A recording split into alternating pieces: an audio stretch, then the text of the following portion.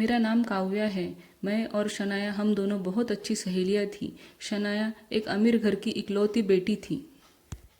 इकलौती होने के कारण उसे बचपन से ही बहुत प्यार मिला था। शनाया इतनी खूबसूरत थी कि मानो किसी फिल्म की हीरोइन हो। हम दोनों साथ में ही स्कूल में पढ़ते थे। शनाया को घूमना फिरना, फैशनेबल कपड़े पहनना ये सब बहुत पसंद था, पर पढ़ाई में उसका ध्यान ज़रा कम था। उसकी माँ अक्सर उसे डांटा करती, शनाया तुम पढ़ाई में भी ज़रा ध्यान दो, वरना इस बार भी तुम बीए की परीक्षा पास नहीं कर पाओगी। तभी उसके पिता बीच में बोल पड़ते, अरे तुम रहने दो, मैं अपनी बिटिया के लिए सबसे अमीर घर ढूंढूंगा। मेरी बिटिया राज करेगी, राज। शनाया के पिता की बातों से लगता था कि वो उसकी शादी किसी बहुत बड़े घर में करेंगे। मेरी बीए की पढ़ाई खत्म हो गई और मैं एमए करने किसी दूसरे शहर चली गई। अब मेरी शनाया से बात तो नहीं होती थी, लेकिन कई बार मुझे उसकी याद आती थी। शनाया को मिले अब मुझे 6 साल हो गए थे। लेकिन मुझे किसी काम से बाजार के साइबर कैफ़े में जाना पड़ा। जब मैं साइबर कैफ़े से बाहर आई तो एक लड़की खड़ी दिखी जो बहुत जानी पहचानी लग रही थी। गौर से देखा तो मैं खुशी से उछल पड़ी क्योंकि ये शनाया थी। मैं उसके पास गई और उसे गले से लगा लिया और उसका हाल चाल पूछा। अभी मैं और कुछ पूछती इससे पहले शनाया ने कहा, काव्या मैं अपनी बेटी को स्कूल से लेने आई हूँ, उसका छुट्टी का टाइम हो गया है, फिर कभी मिलूंगी तुमसे।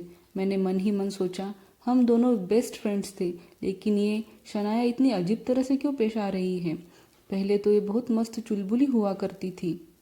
अगले दिन मैं फिर से उसी साइबर कैफ़े में काम से गई तो शनाया वही खड़ी हुई थी। इस बार मैंने उसका हाथ पकड़ा और पास के कॉफ़ी शॉप में ले गई और कहा, शनाया क्या हुआ है तुम्हें, मुझे तुम उदास लग रही हो, घर पर सब ठीक तो है।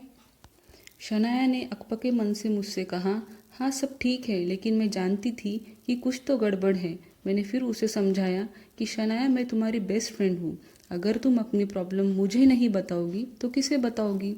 मेरे जोर देने पर शनाया ने बताया कि बीए फाइनल ईयर में मेरी शादी तय हो गई थी और मैंने खुशी में अपना बीए भी पूरा नहीं किया।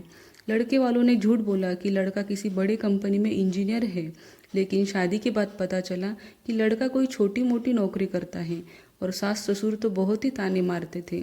उन्होंने मोटे दहेज के लिए झूठ बोलकर ये शादी की थी। शनाया की आंखों से आंसू निकलने लगे। उसने बताया, इतना ही नहीं, जब भी उसका पति घर आता तो शराब पीकर आता और रोज़ उसे मारता। उसने बताया इसीलिए उसने तलाक ले लिया। शनाया ने मुझे बताया कि अब वो अपने माँ के पास रहती हैं और उसके पापा की डेथ हो चुकी है। उसके पापा जो बिजनेस करते थे वो भी अब बंद हो चुका है और वो कंप्यूटर सीखकर कुछ काम करने की कोशिश कर रही है। उसने कहा, मैं अपने बेटी को खूब पढ़ाऊंगी, भले ही उसे मैं दहेज में कुछ न दे पाऊँ, पर उसे आत्मनिर्भर ज़रूर बनाऊंगी।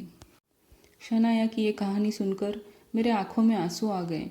मैंने उसे हौसला दिया और कहा, कभी मेरी ज़रूरत महसूस हो तो मुझे कॉल करने में मत झिझकना, मैं हमेशा तुम्हारे साथ हूँ। और भारी मन से मैंने अपनी सहेली से विदा ली। दोस्तों, हर माँ बाप हमेशा यही कोशिश करते हैं कि उनकी बेटी की शादी किसी बड़े घर में हो और वो पूरी उम्र राज करे, लेकिन कई बार किस्मत को कुछ और ही मंजूर होता है।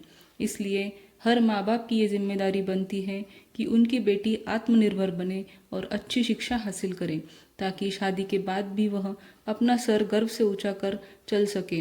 अपनी बेटियों को आर्थिक रूप से इतना सशक्त ज़रूर बनाइए ताकि वह शादी के बाद भी आत्मनिर्भर हो सके। अगर आपको ये कहानी पसंद आई तो लाइक, शेयर, सब्सक्राइब करना मत भूलना।